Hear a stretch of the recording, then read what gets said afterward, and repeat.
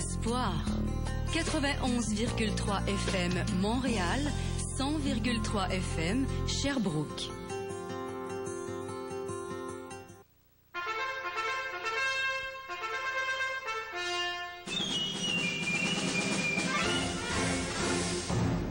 Samedi Gourmet, une émission de Roger Huet.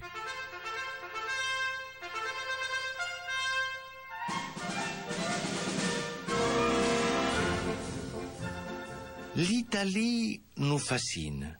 L'histoire, la vivacité de ses villes, la beauté de ses monuments et de son territoire, la richesse de sa gastronomie, de sa musique, de toutes les formes de sa culture, la qualité de ses produits et sa mode, bien sûr. Je reçois à l'instant deux personnes qui animent la courroie de transmission entre l'Italie et le Québec, et cette courroie, c'est la délégation commerciale italienne. Bonjour Iula Casale, bonjour Emmanuel Giusti. Bonjour. Bonjour Roger. Présentez-nous la délégation commerciale italienne et quels sont les liens qu'elle a avec l'Institut italien pour le commerce extérieur. Bon, la délégation commerciale d'Italie est une agence du gouvernement italien. Le mandat est celui de promouvoir les exportations italiennes sur les marchés étrangers. Notre travail est composé de deux volets. Un premier volet, c'est l'assistance aux entreprises italiennes qui veulent exporter sur les marchés étrangers.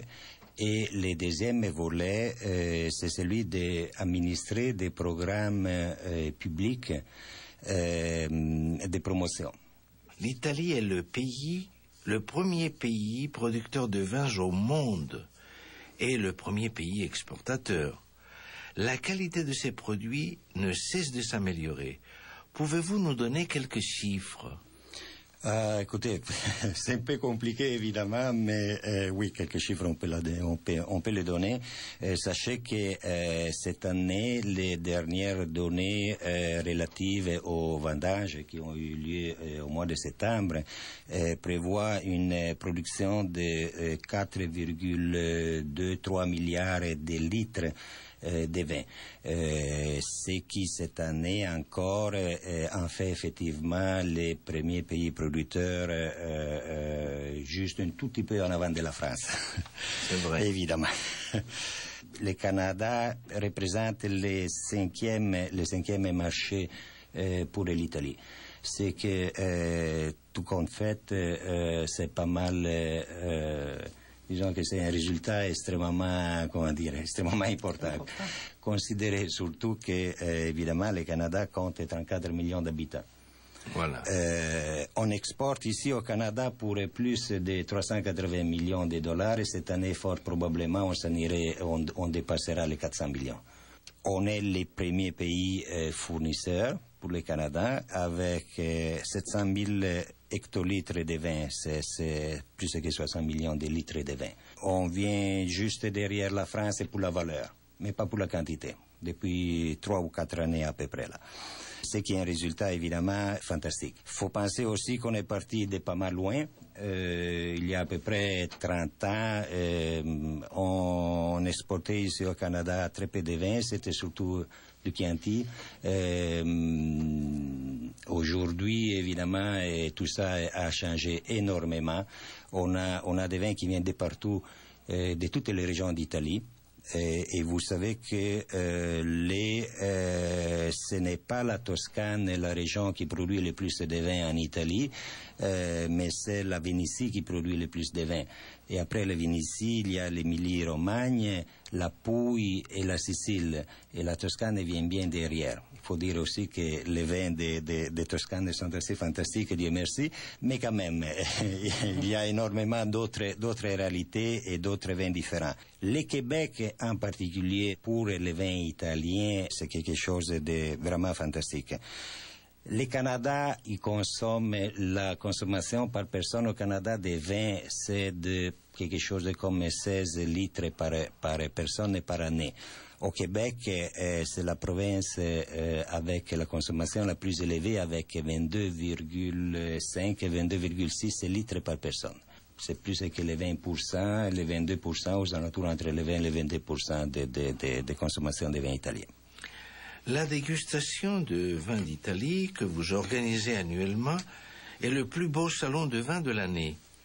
Je voudrais que vous nous parliez de la 17e édition qui s'est tenue le 7 novembre. Ah ben merci de nous dire que c'est le plus beau salon de vin. Vraiment, merci.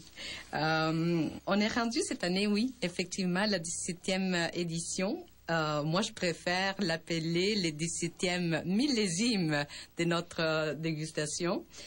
Et on a eu la présence de 80 producteurs qui venaient un peu de partout en Italie. Mais 80 producteurs avaient apporté tellement de vin, il y en avait combien? Ah ben voilà, alors il y avait 80 producteurs, mais il y avait plus de 450 vins au salon. Voilà. Et de partout, je dirais, de 14 régions vinicoles d'Italie qui représentent quand même la production de vin en Italie. On a couvert l'Italie vinicole. Oui, vraiment. C'était fabuleux. Vraiment fabuleux. Merci. Il y a un autre événement qui est beaucoup plus discret et très qualitatif, qui est organisé par l'Istituto Italiano di Grandi Marchi, l'Institut italien des grandes marques. Est-ce qu'il a lieu tous les ans? Pas encore. D'ailleurs, nous, la délégation commerciale d'Italie, collabore avec i Grandi Marchi. Cette année, on était à Calgary avec les Grandi Marchi. Alors, ce qu'on fait avec eux, on alterne une année Montréal, une année le Ouest canadien. Et c'est certain qu'on envisage en 2013 un retour à Montréal avec i Grandi Marchi. C'est très intéressant parce que ce sont des vins exceptionnels. Exceptionnels. D'ailleurs, c'est un organisme qui regroupe 19 des meilleurs producteurs de vin en Italie. Vous êtes vraiment très actif. Il y a encore un autre événement vinicole marquant et c'est le salon des Tre Bicchieri du guide Le Gambero Rosso. Et voilà, ça c'est vraiment un autre salon qui mérite et qu'on doit reconnaître comme un grand salon de vin italien, qui lui est annuel maintenant. Ça fait 3 ans ou 4 ans qu'il retourne à Montréal à chaque année. Et qui porte quand même une belle présence de producteurs italiens. Gambero Rosso, d'ailleurs, est né comme une maison d'édition, vous venez de le dire, qui publiait les guides de vin italiens. Et à un moment donné, ils ont décidé de porter ces meilleurs vins italiens un peu partout dans le monde.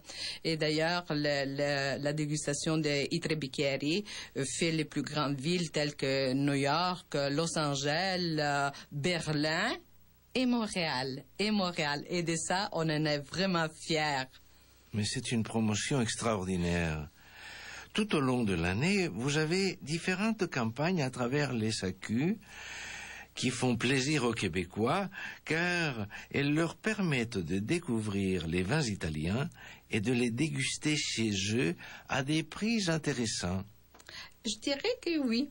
Aujourd'hui, on peut se procurer, je dirais, de très bons vins à des prix très abordables, qui peuvent aller dans la vingtaine de dollars, mais des très grands vins. Pas seulement des bons vins, mais des très grands vins. Vous savez, maintenant, les vins, la promotion du vin, comme d'ailleurs la promotion de beaucoup d'autres produits, elle se fait pas seulement pour le produit lui-même. Ça devient un discours un peu, comment dire, un peu peut-être global. On promue les vins, et en promouvant les vins, on promue le territoire, et la gastronomie, et vice-versa, évidemment. C'est vrai. Quelles sont les tendances vinicoles italiennes du moment? En Italie même, il y a un très grand retour de jeunes vignerons vers les terroirs, vers la redécouverte des traditions, mais tout en gardant leur regard innovatif. Ça, c'est en Italie, par contre. Ici, au Québec, depuis un peu de temps, on voit une tendance que ça nous plaît beaucoup et qui est vers le vin,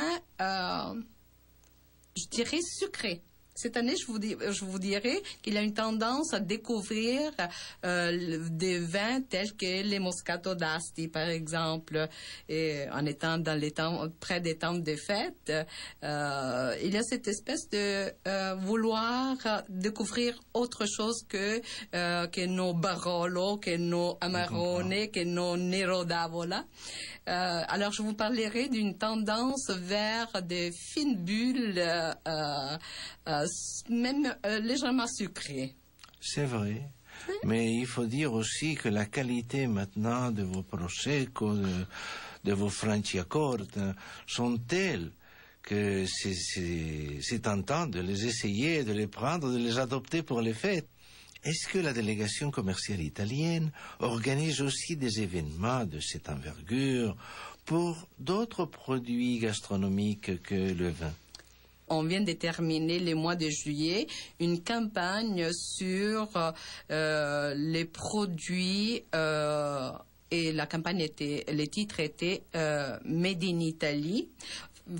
Produits d'Italie ou faits en Italie, et on a fait une campagne d'un océan à l'autre au Canada. On est parti de Vancouver pour s'arrêter à Halifax en parlant de produits alimentaires tels que le prosciutto.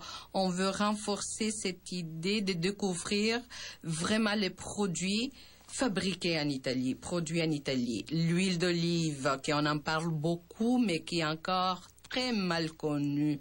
Alors, on organise des dégustations en magasin pour que les clients, pour que les consommateurs puissent le goûter en magasin et faire son choix en magasin, par exemple. Alors, vous savez que dans le cas de la charcuterie, ça fait seulement 2 ans que le marché canadien est ouvert aux salamis italiens, aux vrais salamis fabriqués en Italie. Et jusque-là, depuis, je crois, les années 2000-2001, le Canada avait ouvert son marché pour les prosciutto di Parma, pour la mortadella di Bologna et le prosciutto San Daniele. C'était les seuls 3 produits de charcuterie qui pouvaient être importés directement d'Italie. Aujourd'hui, on trouve des salami Milano, de la soppressata calabrese. On a vraiment une panoplie. Ah, finalement, pour notre plus grand bonheur, d'ailleurs, parce qu'ils sont de très bonne qualité. Et oui, c'est vrai. Et je viens de penser à une chose. Personne ne l'a jamais encore dit, mais je crois que, en parlant des Moscato, on fait toujours des accords avec, si on parle des Moscato d'Asti, on fait des accords naturels avec des desserts. Eh bien, je viens de découvrir un accord avec des salamis. Avec des salamis? Des salamis. On n'aurait jamais pensé à ça, hein? Ah, mais ça, c'est quelque chose que alors, nos auditeurs vont retenir. Il faut être inventif. Ah oui, absolument. Toutes vos coordonnées se trouvent sur le blog de notre émission, dont les liens sont vsgourmand.wordpress.com. Merci d'être passé à Samedi Gourmet, Giulia Casale et Emanuele Giusti. Merci à vous. Merci à vous.